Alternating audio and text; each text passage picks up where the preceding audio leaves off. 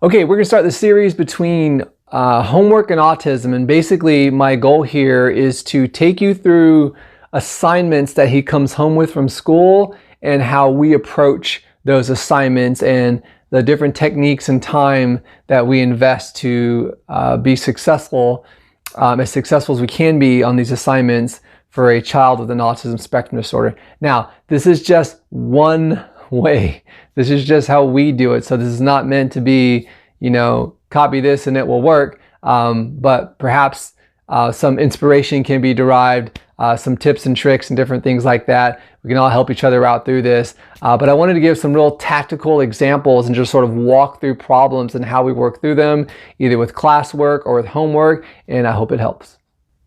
Okay, first and foremost, the environment.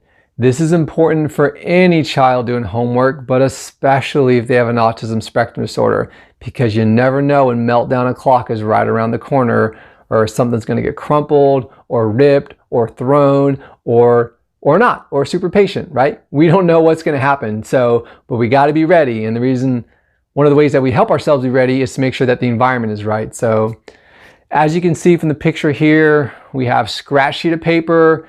So that way we can always work through as many examples as possible on something. We're showing our work like 5 times for every single problem because repetition is huge.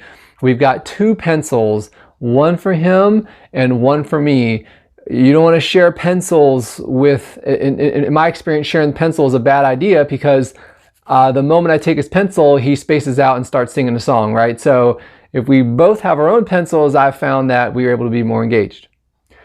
In addition to the pencils and scratch sheet of paper, if your house is like mine, then none of the pencils have erasers on them anymore. So we have to have this entire bag of erasers because, well, they all get chewed off. So hashtag autism house when all your pencils have no erasers, right? So anyways, that's my experience. So we got the pencils, eraser, scratch sheet of paper, environment is ready to go. Let's take a look at this first assignment. Now, of course, as you can see from your picture, this is a staged environment. It is not always this clean. It is not always this tidy. The pencils aren't always sharpened and the table isn't always clean, right? This is just a representation of the type of environment that it will take. Typically, there's water bottles all over the table and different things like that. So let's not pretend that my table is always that clean. So let's look at the first assignment. Okay, so you're going to see me sort of looking down and up, and basically what I'm looking at is the assignment from Josiah, but you'll have it on the screen for you to go through, and I'll highlight as we go through it. And yeah, let's give it a go. So basically, this first one is about multiplication in Common Core. So if you're watching this and you're in America and your child is in elementary school, you know exactly what I'm talking about. We spent the summer between 3rd and 4th grade hours on Common Core for multiplication and division, just hours upon hours. So in this particular assignment, as you can see, Josiah, who forgot to put his name on the sheet of paper, yeah, so he's in 5th grade. You figure he would learn that lesson by now, and he hasn't. So, yeah. What do you do? But you can see he got a good grade on it over there in the right-hand corner. And then you could see all the check marks down there. Even the one he got wrong, he probably couldn't read his own handwriting, whatever, life goes on. Flipping to the actual work being shown here. So you can see on that 31 times 15, off to the right, you can see the Common Core techniques being done and the addition and so forth. So basically the point with this assignment is to show you that this work that you see on this sheet of paper and all of these steps, we did this, just me and him, every day during the summertime for hours. Right? Not like 4 hours, like FOR, 4 hours. I can't even tell you how many. But it took that level of preparation at the house so that way when he got to school, he would be highly successful like an assignment that you saw today. So again, this is just one situation. Every child has their strengths and weaknesses. The only reason why I'm going through this is to let you know the level of effort that we put in to get him to this point. And maybe that may inspire some things to do on your end. That's why we have all those scratch sheets of paper. That's why we have the pencil, so we can just drill and drill and drill and drill. Okay, let's move on to the second assignment, which should be on your screen there. This is a make a match, show, don't tell. This was much more difficult for him to do. There's a lot of context and nuance and assumptions, and then throw emotions on top of all that. So this was not an easy assignment. As you can tell with the example, sort of the, she was shy, it was a tell. And the show is when she approached the boy, she blushed and spoke softly. And as you consider to go down here, let's look at one that he got wrong, right? He was angry. He rubbed his eyes and leaned his head against the desk. But apparently that one should have been, if you go all the way down, that should have been he was tired.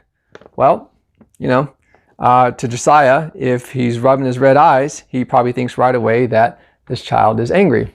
So you can see the subjectivity there, and he probably did not and may still not understand why he got that wrong, but that's just how it goes. We just got to keep on working with these kids, because assignments like this are not very easy. So, but in this particular assignment, on the plus side, because you got to find the silver lining, he did write his name in the top left-hand corner. So let something like this be encouraging to you to just continue to work through them. So basically at home for this assignment, I would pull this out. I would talk with the different emotions with them and see where he understands. And he kind of understood it, not really.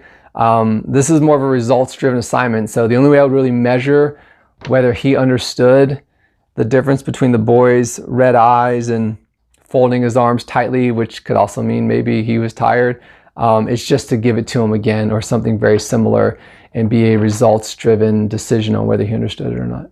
Okay, let's look at the last assignment. Okay, for this last assignment, which should be up on your screen, we've got some multiplication word problems here. This assignment would have sent my oldest child without autism into a tailspin, and he would have ran for the hills. He hated word problems going through school. Thankfully, Josiah, this has been one of his strengths, and look at that. He wrote his name again. So 2 out of 3, not so bad. But in this specific situation, this is another one where we spent hours in the summer going over word problems because they have, patterns in them, right? So for like this very first one, we would read the problem together, and we would underline the 74, and then we would underline the 65, and we would circle the how much money, and then he would solve the problem for there. Now, look, these are things that I know that and you've discussed with your teacher and you've been successful at it. Again, the point with this assignment, just like with the other math assignment, is we spent hours of practice and sheets and sheets and sheets of paper and scratch paper continuously going over some of these functions in the word problem. So that may be helpful to you. Don't know if that's the type of if that's the level of sort of hours and time you're putting into this. Maybe it matters, maybe it doesn't matter. Every child is different. All I can do is just share a story of sort of what we've been able to do and what's been successful. So, okay, so that was a quick video on sort of going over 3 of his assignments. Some he did very well in. Obviously, another one not so good. I'll continue just to sort of post some different assignments and things like that. Again, the hope is just to show you how we stepped through it as a family, as him and I working together, and the time it took to go in there, and some of the strategies we put in for elementary school. So, leave a comment below if it's helpful, and we'll just keep on doing more. Hey, thanks for clicking. Thanks for stopping by. Check out any of the videos on this channel if you want to. Thanks for looking at the homework ones, and we'll continue to step through it. If there's a type of assignment or you have a question how we did something, just let me know below and I'll certainly answer it. And I'll see you guys on the next video.